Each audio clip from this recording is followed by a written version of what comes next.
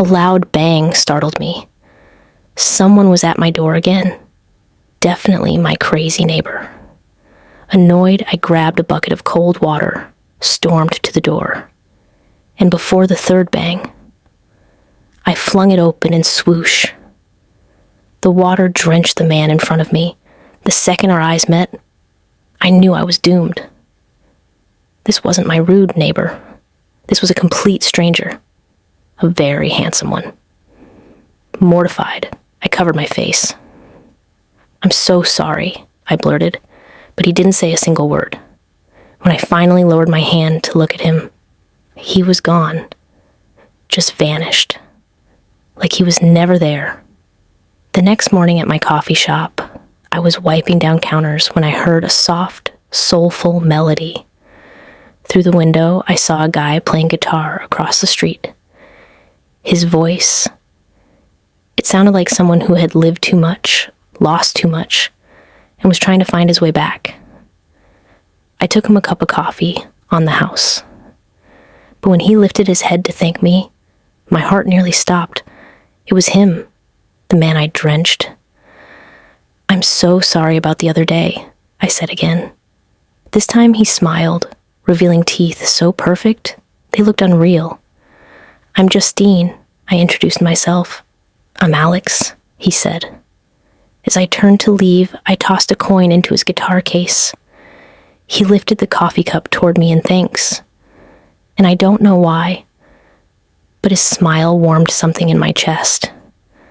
The next day, Alex walked into my shop. We sat together, laughing over nothing and everything. But then a man in a suit stepped in, froze when he saw Alex, and just stared, too long. "Impossible," he whispered before rushing out. "Do you know him?" I asked. No. Alex answered too quickly, too defensively. Something was off. That night, he played his guitar again, drawing a small crowd. His music wrapped around us like magic. I joined the crowd, pretending not to look at him, until our eyes met. My knees weakened instantly. After the applause, I returned inside, only to hear a customer whisper, "That's George Ferguson's song. But he's dead." Dead. No, she must have mistaken him for someone else. Then the storm came. Alex ran into my shop soaked, shivering. He fell asleep on the couch. I went to adjust his guitar case, and that's when something glittered inside. A watch. But not just any watch. The Graf diamond hallucination. Worth millions. A man living like Alex couldn't afford that. Had he stolen it? My heart twisted.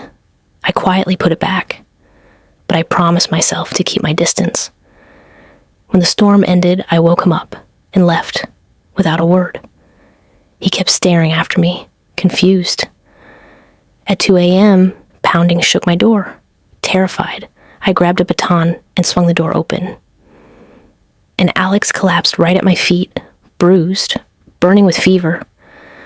I panicked, dragged him to my bed, and pressed cold towels on his forehead.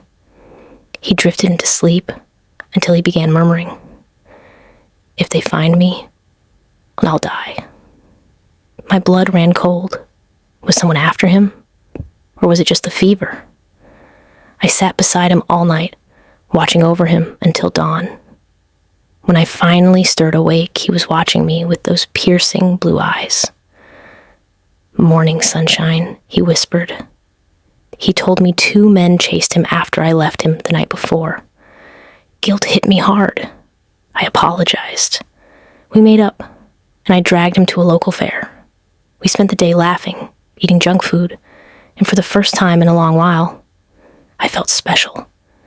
Then out of nowhere, he kissed me, soft, sweet, but he pulled away quickly, guilty. "It's okay," I whispered. As we walked home, I stopped by a news vendor to grab a paper. Later, back in my apartment, the paper slipped from my hands and opened on its own. My heart slammed against my ribs. George Ferguson, presumed dead. George. My hands trembled as I stormed into the living room. I threw the paper at him. Is that you?" Tears stung my cheeks. He confessed. He was George Ferguson, a tech billionaire who faked his death to escape people trying to kill him and take over his empire. My world shattered. I ran out into the night, heart aching. But suddenly, I was grabbed, dragged into a black van. Before I could scream, the doors burst open. Alex, no, George, fought like a man possessed, brutal, skilled. He saved me. We hid overnight in a tiny apartment. By morning, the news was everywhere. Reporters swarmed my cafe. My safe place was gone. "Come home with me," he begged. "You'll be safe." "I'm not interested in your wealth," I whispered through tears. And I ended it. He left, but he took a huge piece of me with him. A week later, an eviction notice appeared on my cafe door. Life was crumbling. Soon after, the news reported George had resigned as CEO.